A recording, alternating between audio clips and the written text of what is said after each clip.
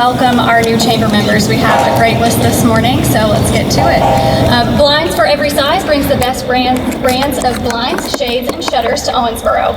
With experienced service that is responsive, responsible, and rewarding, Blinds for Every Size offers sales, install, and repair at an affordable price. The owner, Lars Kierskall, values personal residences and business locations as spaces that provide privacy, functionality, safety, and beauty all at the same time. Schedule a free in-home consultation and see the difference for yourself. Joining us this morning is owner Lars Kierskall. Welcome to the Chamber, Blinds for Every Size.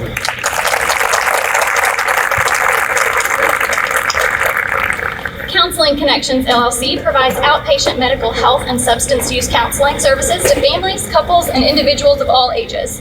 They are a private for-profit practice with 10 exceptional therapists and 2 case managers to treat a wide range of issues. They accept most insurances, including Medicare and Medicaid. You can visit Counseling Connections at 1326 West 9th Street. Joining us this morning are Victoria Meacham and Ashley Berry. Welcome to the Chamber, Counseling Connections.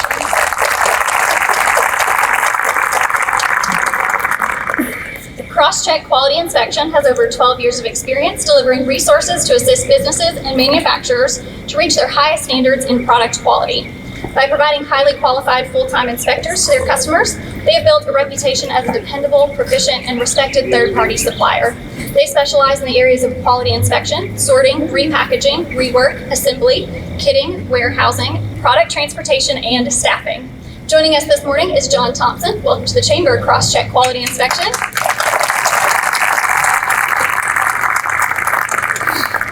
First Bankers Trust Company is a wealth management firm with a proven philosophy of investing in high-quality companies that pay rising dividends, providing clients a growing income stream while also minimizing risk. Joining us this morning with First Bankers Trust Company are Aaron Taylor, Laura Thomas, Ann Jewell, and Kesha Walker. Welcome to the Chamber, First Bankers Trust Company. Jewel Home and Gift, located in Wesleyan Park Plaza, was founded at the kitchen table by mother-daughter duo Sharon and Elizabeth Wilson. Wedding registries and gifts for all ages are their specialty. Customers can find timeless brands and unique handcrafted items for gifts, linens, tabletops, and home furnishings. Everyone can expect exceptional customer service, including free gift wrapping and local delivery. Joining us this morning are Sharon Wilson and Dr. Elizabeth Wilson. Welcome to the Chamber, Jewel Home and Gift. TBF Mortgage, which stands for the Bond Family, started its roots with family. With decades of experience in the mortgage industry, their loan officers have been serving Kentucky, Indiana, and now 5 other states in the region and are still growing. TBF Mortgage expanded into the fine city of Owensboro in June of this year. Tony Everly and Troy Brode, their mortgage loan officers in Owensboro, are working hard to provide valuable mortgage advice, a variety of loan products, and top-notch service to our clients and business partners. Joining us this morning are Tony Everly and Troy Brode. Welcome to the Chamber, TBF Mortgage Company. And to wrap things up with our new members this morning, we'd love to welcome Terry Knott with Picture This Travel, who can book a trip to the Caribbean, confirm flights to Mexico, find a private tour guide in Italy, and tell your hotel concierge you'll be celebrating a special occasion all in one day. Your travel advisor, Terry Knott with Picture This Travel. Terry can help you. I know, but vacation. I'm excited. Terry can help with all of your vacation details, including the ones you haven't even thought of yet. I think a lot of you are thinking about vacation already based on that response. So call Terry to save time, reduce stress, and get ready for the trip of a lifetime. Joining us this morning is Terry Knott. Welcome to the Chamber, Terry, and Picture This Travel. Welcome to all of our new Chamber members, and welcome to Rooster. Thank you all. Have a great morning. Thanks so much. Great job, Hannah. And fun fact, had lunch with Terry a couple of weeks ago, working on a possible go on vacation with Chad and Angel. Get ready. It's going to be epic. Well, we actually did this once before. Jacqueline and I took 200 WBKR listeners to Mexico. That was in 2016, 15, still recovering. They wore us out as blacks. Yeah, no, Mexico's still recovering too. Yes, thank you. Very sweet. It is time to recognize our Ambassador of the Month. And of course, our ambassadors work so diligently every single month to welcome new members, to go to ribbon cuttings, to promote the chamber. And we are very pleased to honor this morning our Ambassador of the Month, Helen Bennett. Helen!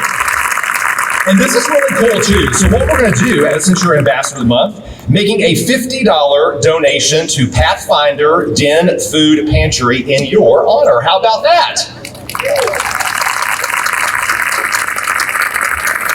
And we'll let you deliver that. We just turned you into a carrier pigeon. Congratulations. All right, so if you all came in this morning, I'm sure you noticed some great swag from our friends at OCTC, and they are our breakfast sponsor. Going to turn the podium over to our sponsors. We have with us today Dr. Scott Williams, who of course is president of Owensboro Community and Technical College, joined by Charles Buzz Backstrom.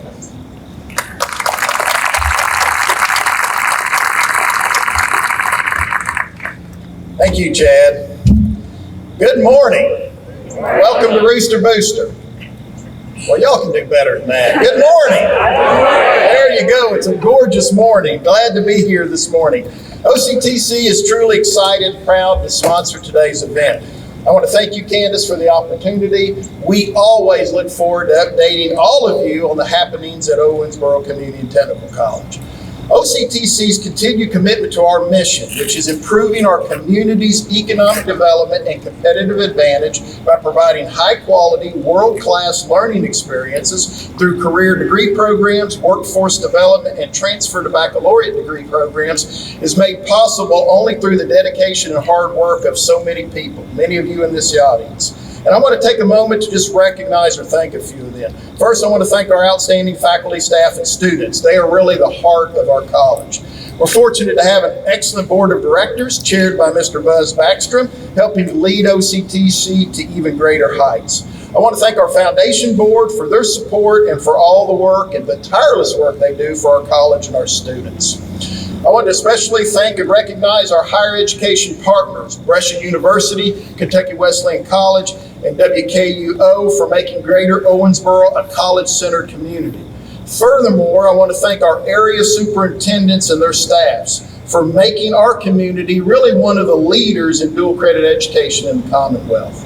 Last but not least, a heartfelt thanks goes out to our OCTC alumni. I know there are several of you in the audience today. We are proud and grateful that you chose OCTC as a part of your post-secondary journey. Your success is truly our success. Did you know this is OCTC's 35th year serving our community? 35 years in existence. Now, there are many things for us to celebrate, but two in particular I want to share with you today. For OCTC, first, OCTC has served more than 80,000 individuals in our community since 2000. Let's put that in perspective. That is equivalent to over half of the citizens in our 4-county service area. Now, while we're proud of that milestone, I certainly hope it doesn't take us another 35 years to serve the other half. So I hope we get that done sooner. Second, as a major employer in the region, I am pleased to announce that OCTC was named a 2021 Great College to Work For by the Chronicle of Higher Education. We were recognized as the top performer in 4 categories. There are 2 in particular I want to mention to you today that we're especially proud of. 1 was faculty and staff well-being, and 2 was diversity, inclusion, and belonging. Both were earned during a pandemic and a year of increased social equality awareness. Both honors are a testament to our hard work, the hard work of our faculty, our students, and our staff.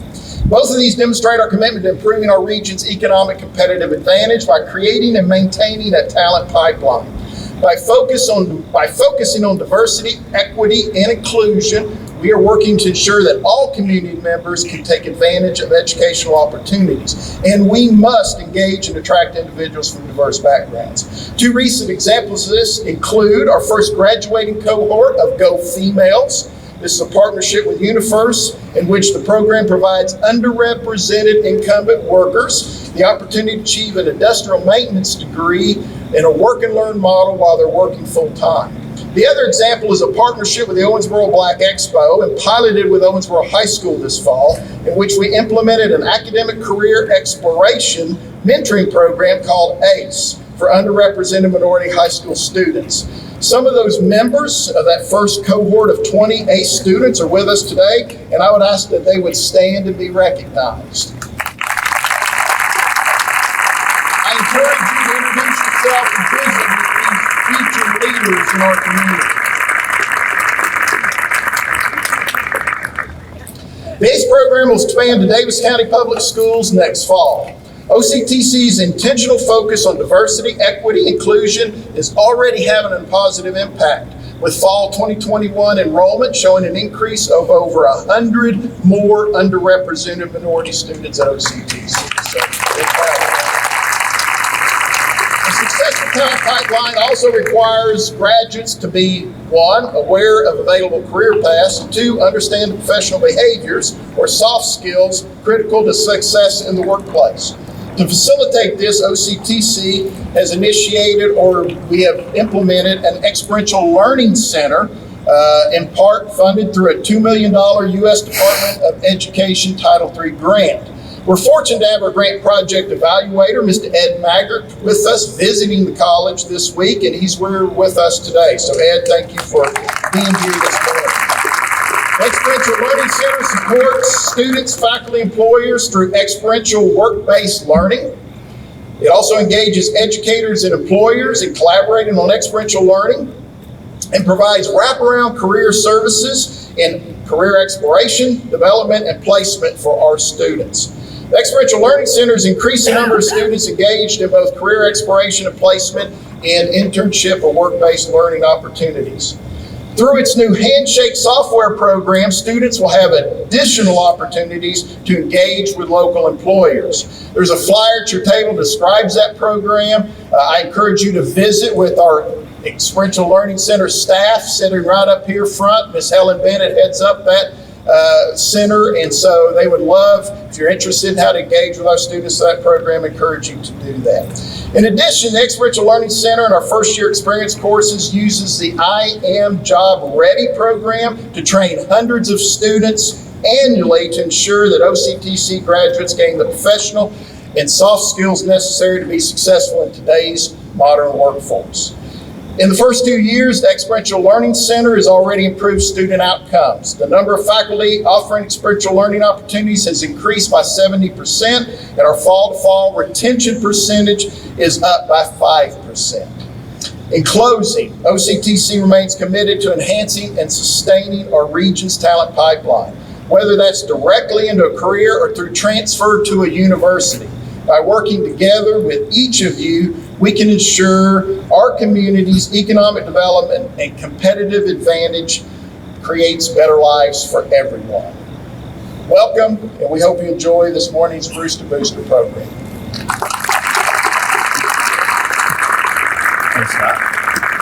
By the way, Sydney Riney, no one saw that you walked in 23 minutes late.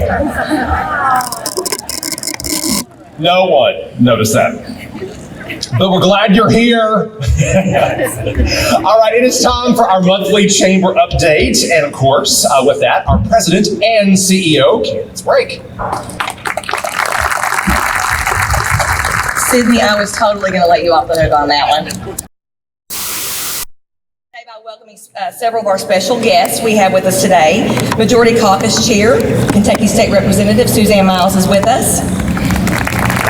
We also have City Commissioner Bob Glenn, City Commissioner Mark Caslin, City Manager Nate Pagan. We can all stand up in just a minute. County Commissioner George Wathen, our Davis County PVA, Rachel Pitts Foster, and our jailer, Art Maglinger. You all want to stand?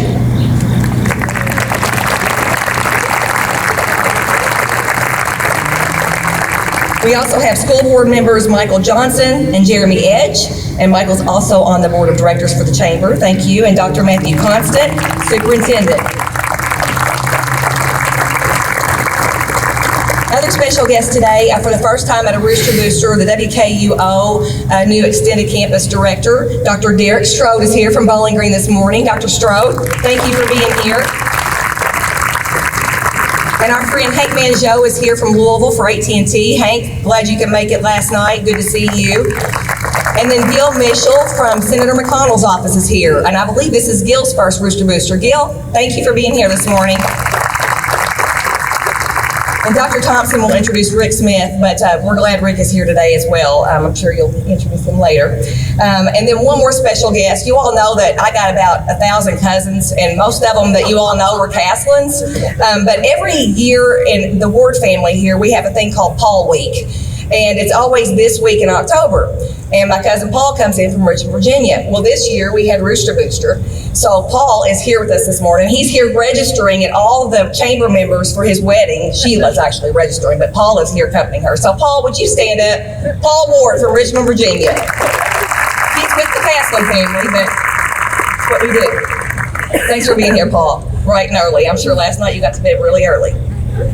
Just a few things on the chamber update. Today is Leadership Owensboro's Economy and Innovation Day. We have our Leadership Owensboro team with us. Joe Berry is our day chair. Joe, thank you for being here, and thanks to the curriculum committee who've made that possible.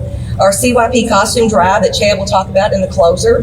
That's a little bit of a teaser, right? That's where we're donating costumes for children who may not have the opportunity to have those, and they're going to be taken to FRCs, Family Resource Centers, at our local elementary schools. We can donate by October the 27th and drop those costumes off at the chamber.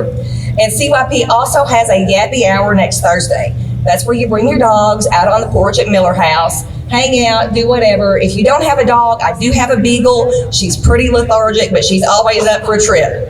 That's 5:30 to 7 next Thursday at Miller House. We also have a new member breakfast on October the 29th at the chamber office. We have, I think, 27 new members, so that's going to be a great time. And a ribbon cutting at Owensboro Country Club next Friday at 12:15. A vaccine clinic is today. It's our 6th, I believe, and we've gotten over 350 people vaccinated at our chamber vaccine drives. It's at First Christian Church, and a big shout out to the Green River District Health Department. Those nurses, they are there on the call whenever they're asked, and they're really, truly inspirational. Their tanks are running on empty, so if you have a chance to thank a healthcare worker or a nurse, especially nurses right now, please thank them and give them a hug because they need it.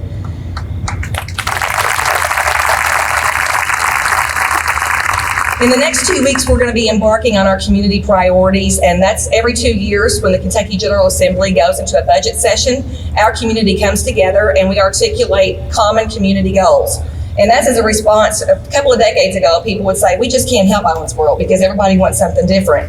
Well, the community comes together now and we all determine what our top goals are for the state government. That'll be starting within the next 2 weeks. The city, the county, the EDC, and the chamber work on that together. So make sure when you get your survey, you participate. It's really important that everybody's voice is heard, particularly the chamber membership, since you all are driving the economy forward and the community forward.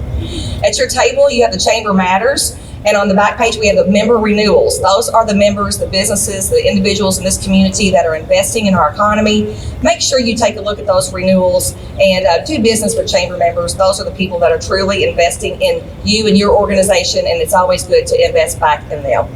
So, Chad, that's all I have for today. Thank you, and thanks so much for everybody for being here.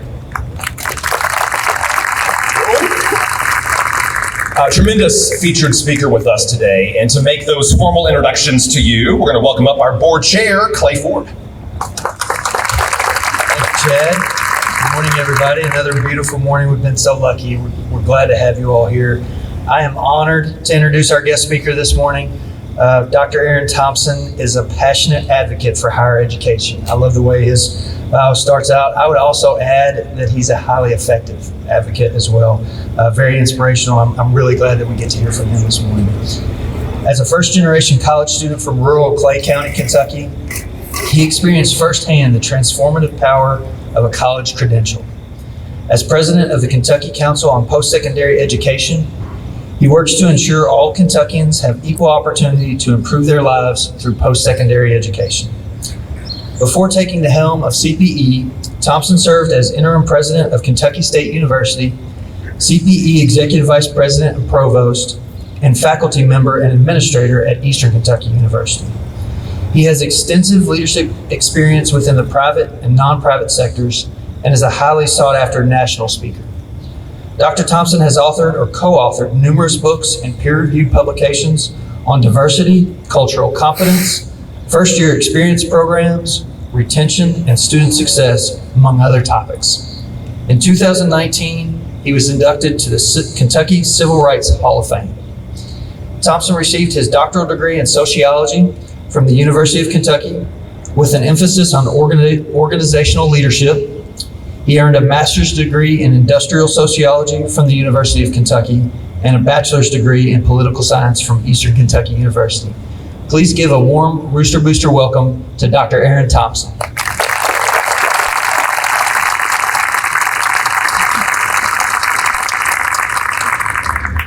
Good morning. Good morning. Yes, what a morning. You know, I was thinking early this morning when I was getting up, you know, what kind of morning it will be. And Madison Silbert, who's on my board, hey Madison, how are you? He made sure I had the penthouse at the Hampton. So I'm looking out and it was a little cloudy and I said, well, no, I don't know. Maybe they will not welcome me like they did last night. So thank you, Candace, Clay. But guess what? You did. What a gorgeous morning. I appreciate you. I appreciate Owensboro. I appreciate all of you who are taking part in what I consider to be this common community. And I want to talk a little bit about that as I go into it. But first of all, let me just say to some of you know I'm the head of higher education for the state of Kentucky, but we have some great post-secondary institutions representing this neck of the woods. So Scott, Owensboro Community and Technical College, we have Brescia, the guy who wears the same bow tie every time I see him. You know, we have Kentucky Wesleyan, you know, Western Kentucky University here. The idea that we know the importance of higher education as it builds the community is truly, I think, the leverage by which we haven't taken full advantage of. So I'm going to challenge us today to think a little bit about, you know, what it means to have common community goals and where it can take us.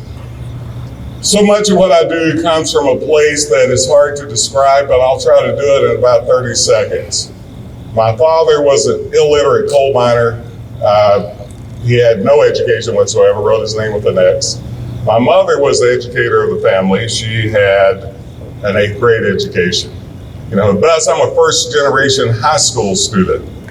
I was born in the hills of Appalachia in Clay County, Kentucky, in Crawfish Holler. For those of you all in Western Kentucky that don't know what a holler is, come with me. We had creeks, creeks. We didn't have rivers. And I was born on a sharecropper's farm. My father was from Appalachia. My mother was from deep South Alabama. He was born 1901 and my mother was born 1919. And they came up at a time where education wasn't a possibility, thus the limitation on jobs. And so my father used to tell me, boy, let me tell you something, get your education, because if you get your education, you won't have to break your back in the coal mines. And I took that as if I got an education, I would have options. You know, he really meant I wouldn't have to break my back in the coal mines. And he worked, nothing wrong with coal mines, but he worked in the coal mines from age 10 to age 60. That was his only option. And guess what? At age 60, slate fell and he broke his back. My mother said, boy, you get an education and you'll learn how to read and count your money. By the way, the first article that I ever wrote, and that was a long time ago, was called, Boy, You Better Learn How to Count Your Money. And what my mother saw in the Deep South was Jim Crow laws that limited exactly what people of color could do based on education. So education has a core element to who I am as a person.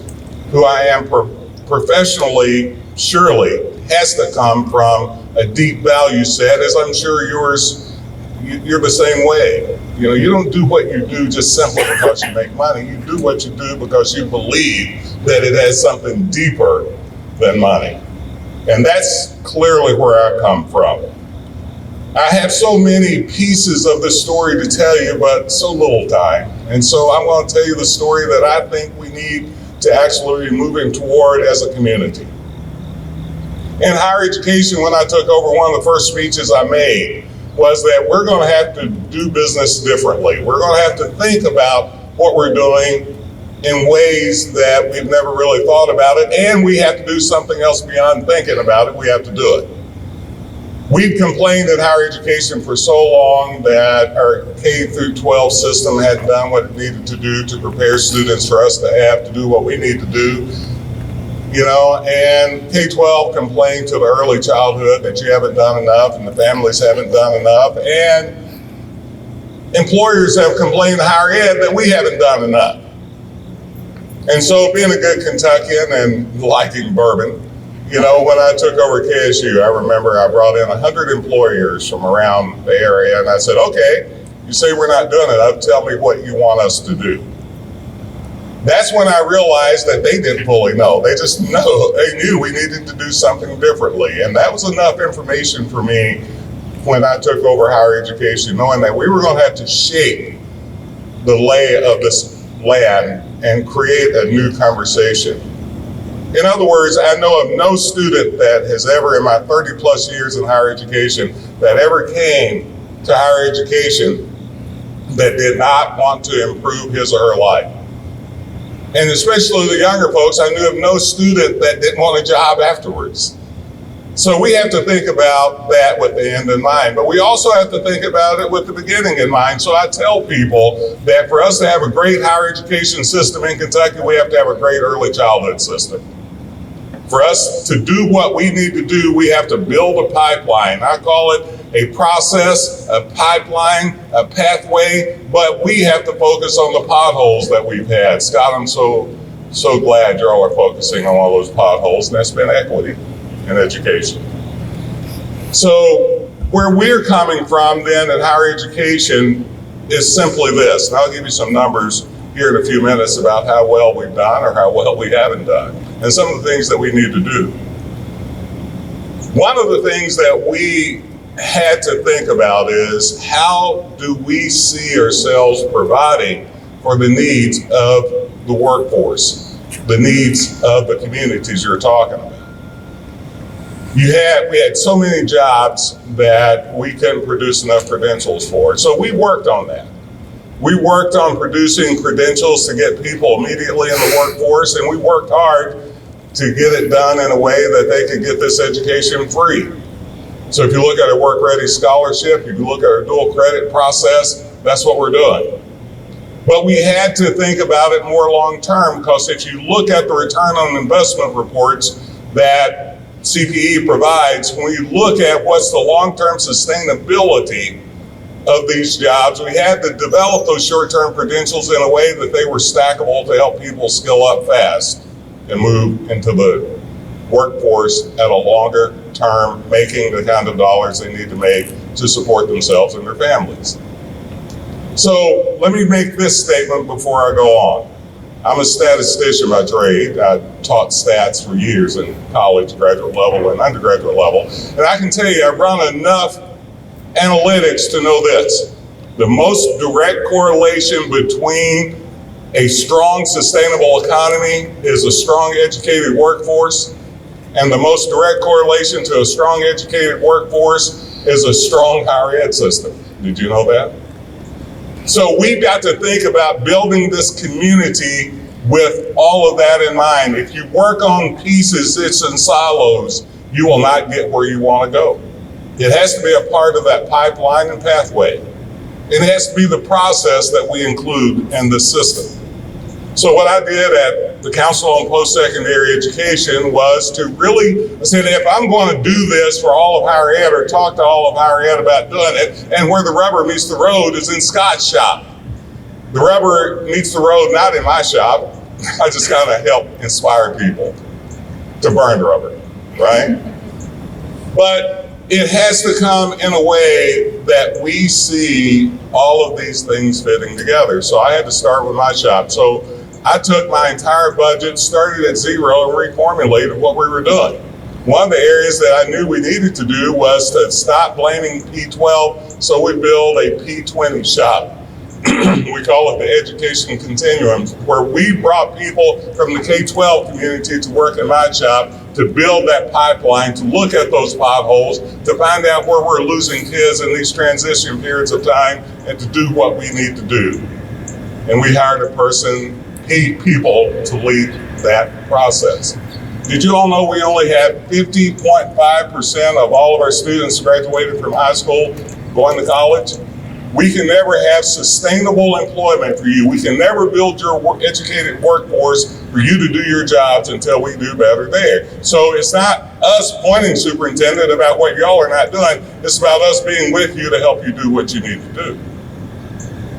But we also knew that we had to think about quality. How do we know we have quality in our product? Not just in the talent that we're putting out there, but in the way we're preparing talent. How do we know that our programs, curriculum is doing what it needs to do, our pedagogical processes? So we built in our shop a workforce shop to say we need to be working with business and employers to bring them in on the front end to help design those programs instead of waiting for us to give them what they need. If you don't know what you need, we don't know what you need. The best way to get what we need is to build a community. So we need to bring business and industry on the front end. That's what we're doing. So we created a workforce shop. Meet Rick Smith, who heads that for me. He's the vice president of our area. So we need to stop talking about all the things that we haven't done and start talking about solutions. As Rick will tell you, when people come to me, I simply say, those that work with me, I said, don't bring me problems. I got plenty of those.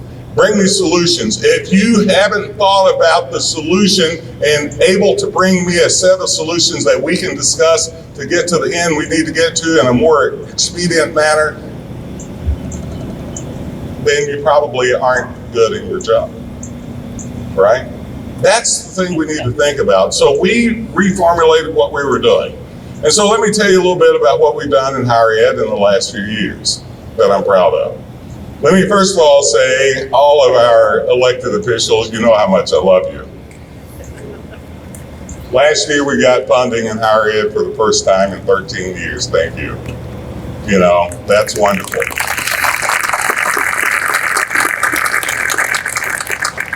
In other words, you invested in the solution. We invest in problems all the time. There's nothing wrong with that. We have to take care of our folk. But do you all know that almost 90% of the people that were on unemployment didn't have a higher education credential during COVID? How many of you knew that? How many of you know how many people that are on Medicaid? How many have a higher ed credential? Let's look at our jails, the amount of money we spend in criminal justice. If you look at it easily, you know where I'm going. Don't listen to me, just look at the data. I'm a data guy. If we are going to do what we need to do, we need to start investing in solutions. It's a strategic way of thinking about putting the money that we have. Yes, if we look at our money as we only have a finite amount, this time around it looks pretty good. So, but if we look at it, we only have a finite amount, we're going to spend it all on on putting money into the problems. We will never have enough to get to this common community that we're talking about. Never. It's impossible. That's not the way formal organizational design works. You have to put money into strategic solutions. So what we've done in higher education, we knew we had to increase educational output, educational attainment. So we set a goal when I came in of having an educational attainment goal of 60% of all of our citizens in Kentucky with a credential that matters by 2030. That just didn't come out of the air. That directly correlates with an educated workforce and a strong economy. But we knew that we were going to have to figure out how to get there. So we designed policies, we designed performance funding models, we designed diversity policies even to make sure that people weren't left behind. And I will tell you, happy to say, over the last many years, we've had a 17.5% increase in that. And many of those years we were being cut in funding. So higher education, our campuses had to get lean and mean to make that happen. They had to focus, they had to work with employers. I'm proud to also say, though, that we have a 37% increase in our underrepresented minorities getting those credentials. We're closing gaps faster than any other state in the nation right now in higher ed. I'm proud of that. And we've got longer ways to go, right? So the 4 priorities that I put in place, we had this big, wonderful strategic agenda in Madison that told us a lot of things, but no one was ever going to read it. So how do we get on the same page? How do we build community? It's about building communication toward the same goal. So we broke it down when I took over in 4 areas. 1, we were going to focus on affordability. When I first took over this job, I spent a year going around the state. Owensboro was one of my stops. And talked to everybody. Chambers, we talked to parents of K-12, higher ed. We talked to anybody who wanted to talk with us. I love to talk. But that was my listening to it. Yeah, listen twice more than you speak. That's what my mama used to always say, and I always failed to really listen to her, but that's another time. But we listened, and they told us that they didn't think they could afford to go to college. Students said, I can't afford to go to college, so I'm not going to go to college. So I figured out 2 things. They didn't know what college was. They thought college was only a 4-year degree. I said, no, you go see Scott at Owensboro Community Technical College, and you get a workforce certificate that matters, that gets you in the workforce. That's college. Well, I want to go into a trade. That's college. I had to, first of all, get them on the same nomenclature. We have to get on the same page in the way we speak about stuff. But then they said, well, I can't afford to go. How many of you knew we had free college with their with their work-ready scholarship? Only about 3% of my audiences knew that, so we've got to communicate that. How many people are filling out FAFSAs? Many people didn't know what it was, and once they did know what it was, they didn't know how to do it. They were scared. Stop making barriers, I tell people, if we want to get the outcome. So we focused on affordability. That was what was perceived first, and that what was real. Many people could not afford to go to college. Proud to say, within next year even, but the last 3 years, we've had the lowest tuition in almost 30 years every year. I'm proud of that. You know, that's important for us to look at what we can do. Affordability was the first thing. The second thing was actually talking about the value proposition. People do not value education because they don't know what it's for yet.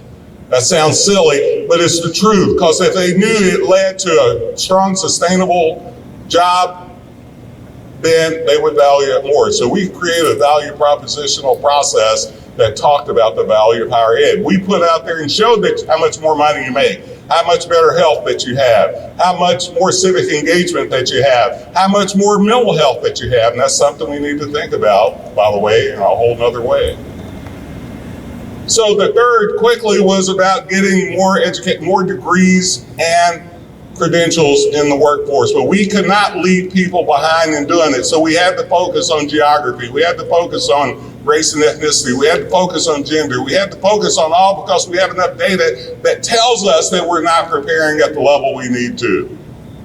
So we've done pretty good, as I told you, in that attainment area, but we haven't done nearly as well for our low-income folks, our adult learners getting back engaged. This is where employers are going to come in to work with us.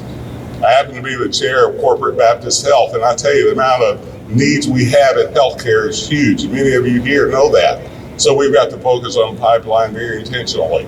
The last thing we focused on was truly the quality element. That's where we brought employers in with us to say, help us to design the programs for the future.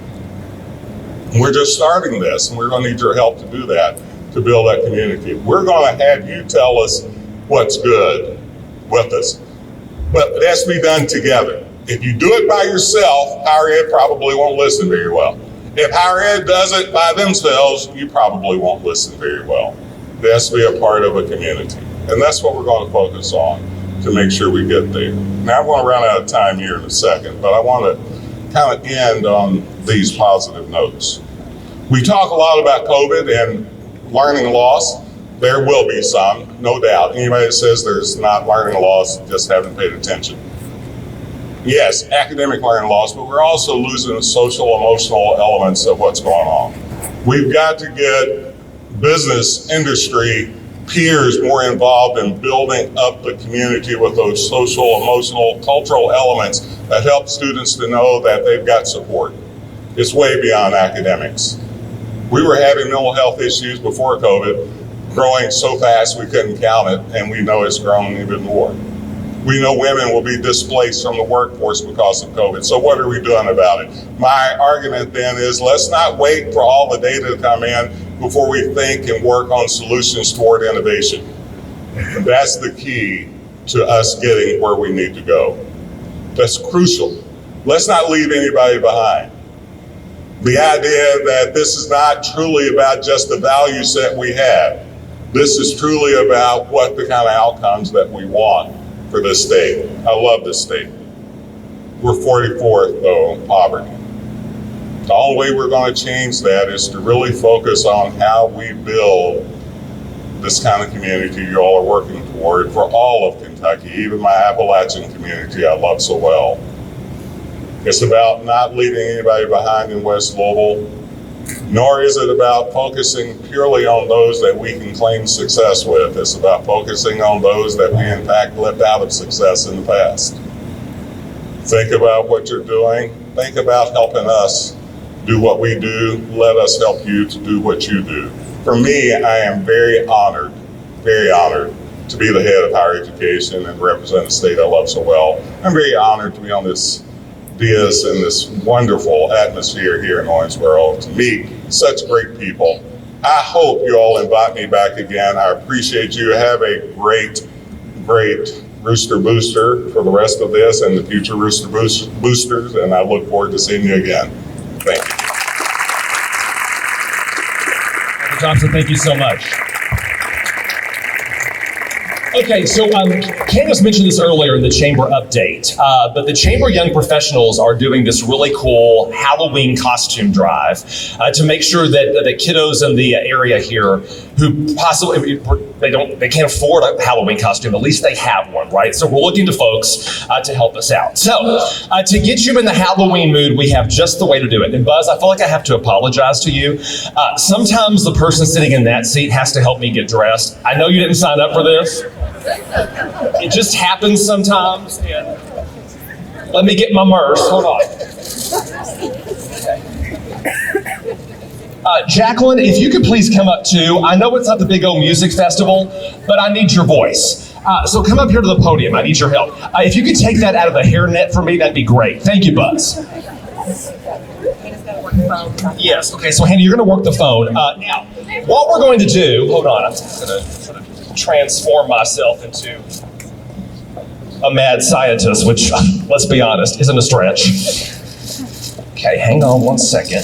And again, hey Candace, will you step to the mic real fast and tell them where folks can drop off those Halloween costumes they're going to donate for the kiddos. Oh, Buzz, good job. If you could fluff that a little bit. I know, I need to look like I stuck a fork in a power outlet. Okay, that's good. Jacqueline, come on up. Don't be shy. Jacqueline, so you can drop the costumes off of the chamber office. Is that really, Candace?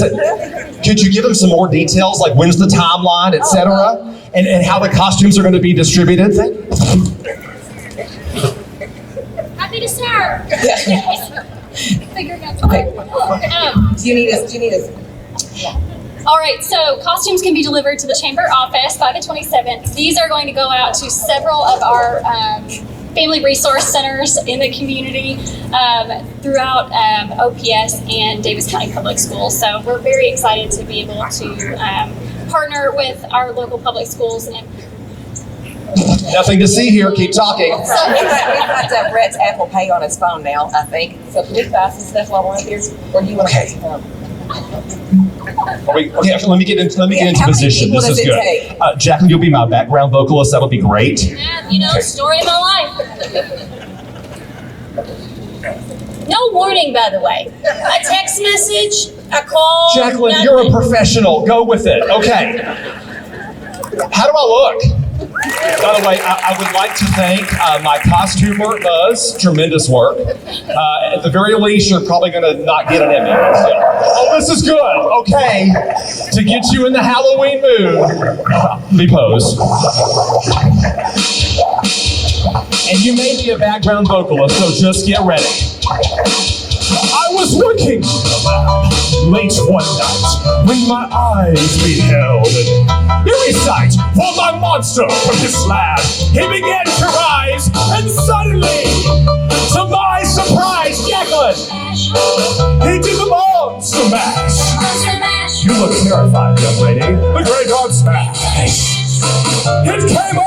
with a flash.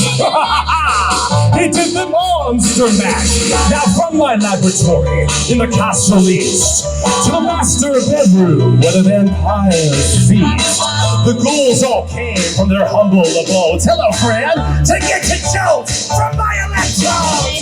Jacqueline, he did the monster mash. Now, the graveyard smash. Oh, there you go. It caught on in a flash. Hey, Lorna. It was the graveyard smash. The party had just begun. The zombies, they were having fun. Have some fun, for crying out loud. The guests included the Wolfman, Dracula, and his son. The scene was rocking, we're digging. Sounds, hey Terry, Eagle on chains, backed by his bagels. His vocal group, the Crypt, Can You Fly? Get it, Jacqueline. Okay, thank you. Suddenly got hotter. The graveyard smash. It caught on in a flash. What's going on? Let's take a selfie. The graveyard smash. Now out of his coffin, Drax's voice did ring. It seemed he was bothered by just one thing. I know, right? He opened the lid, and he shook his fist and said, "Whatever happened to my plans to raise his wings? It is not a monster mash. It was a graveyard smash." It caught on in a flash.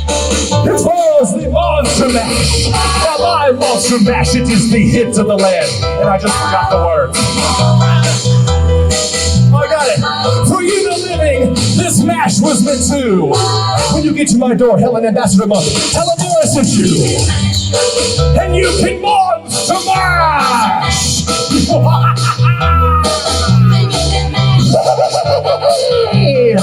It is the monster mash.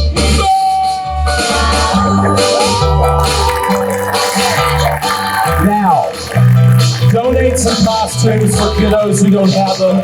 Halloween's a great time, so seriously, make those donations. And thank you for coming to Rooster Booster. And if anybody has some antiperspirant, I need it. Jacqueline, you were tremendous. Candace, thank you. Hannah, tremendous background vocals. You all, thank you for being with us. Dr. Thompson, amazing. Thank you so very much. Buzz, thanks for the hair. We'll see you next month. And Chad, thank you for letting us play in your world.